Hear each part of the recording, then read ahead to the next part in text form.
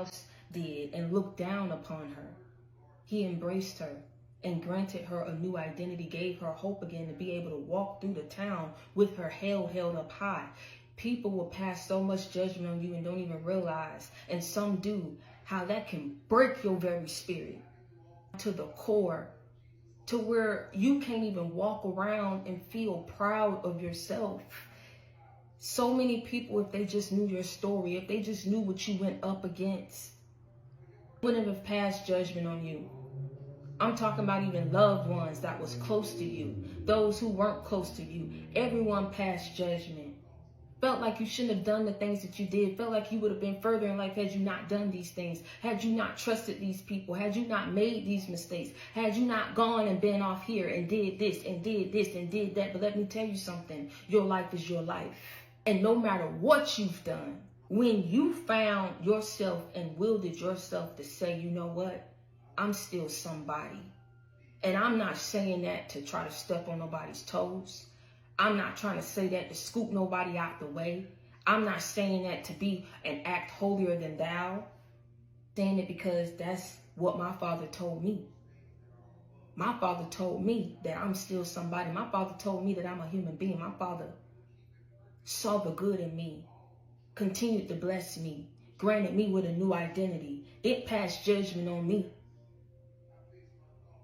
When I cried out to him, when I asked him for help, when I asked him for healing, when I felt so low and dirty about myself, when I kept messing up, and every time again, even if mama and daddy couldn't see the good in me, even if mama and daddy aren't happy of the decisions that I've made, even if family condemned me, even if those ex-colleagues and ex-lovers and ex-friends all turned on me, see, my Father in heaven passed no judgment on me. And not only did he pass no judgment on me when I came to him, he filled me with so much love and joy that I have never had before, that was able to get me through all the hell and the calamity and the betrayals and everything that it is that I was experiencing in this world, at the hands of self-righteous folk.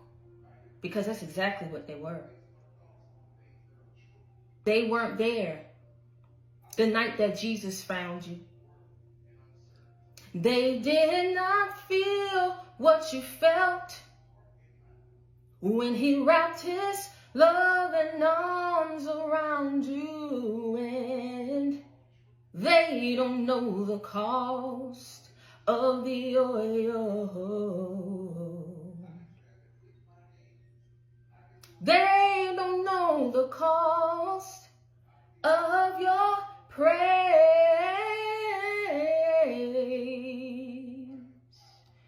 They didn't know the cost of the oil. Why I love that song?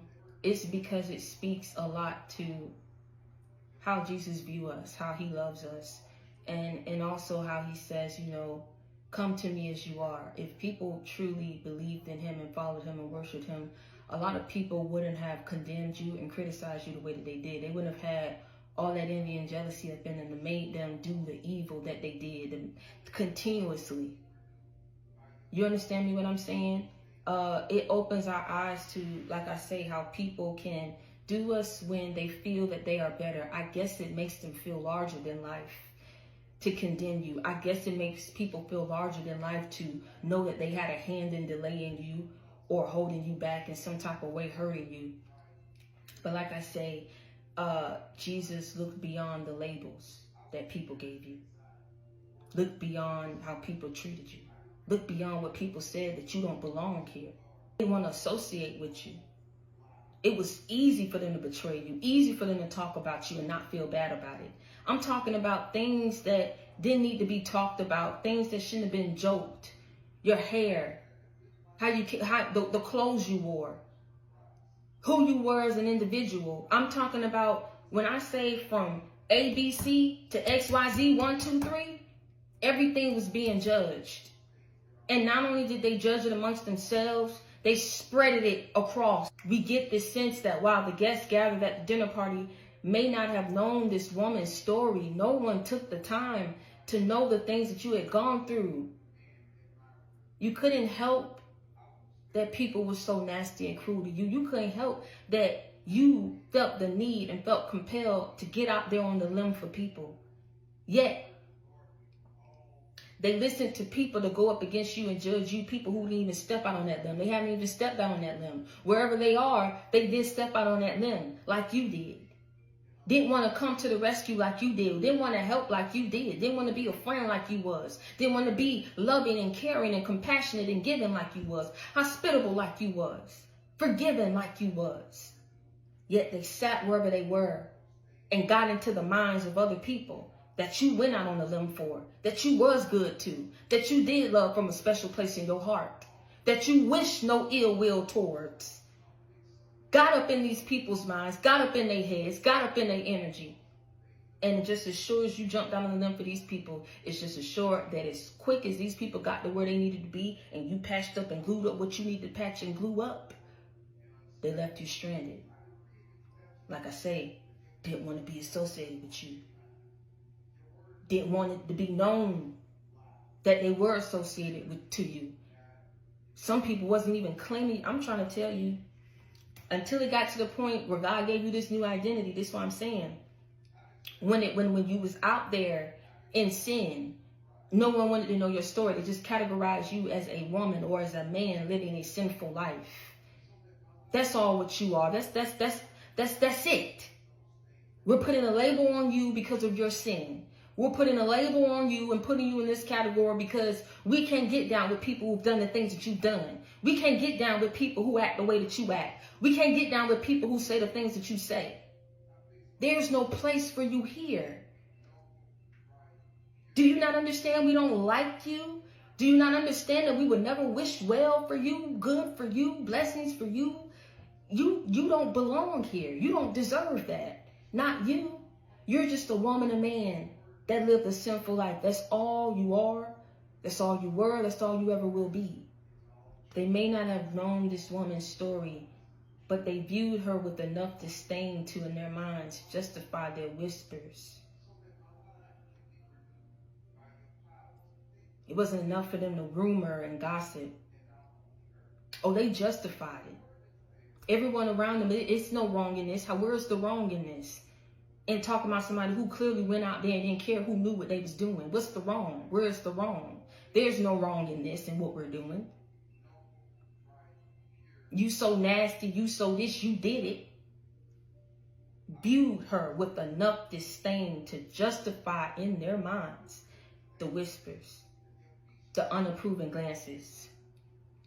You don't belong here. What is that you're wearing? Do you have any friends? Do you know this person? Oh, well, how much money you make? Oh, well, where do you live? Oh, where did you find that out from? And the outright rejection.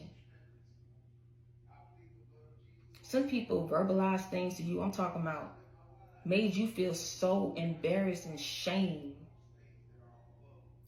Like you're not human. Like there's something wrong with you and nothing wrong with them. But everything is wrong with you. And this is why I say about when we talk about God hiding you in plain sight. What we take from that and God hiding you in plain sight. When he can see the good in you, when he can see the potential in you and know that if the world truly had their way with you, you would never be able to reach and step into this full potential. What he does is he protects you, right? He puts this force around you, this barrier around you to where even though you're around these people don't truly know who you are. Like I say, they don't get the time to know you. Whatever is supposed to happen is supposed to happen the way that it happens. Why?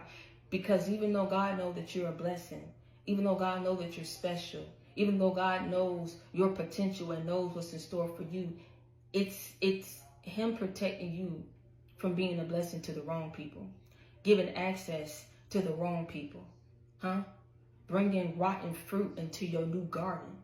It don't belong. You got to leave rotten fruit where it is, where it lies. There's not enough miracle grow in the world that can get that rotten fruit to grow the way that you want it to grow. To bear the fruit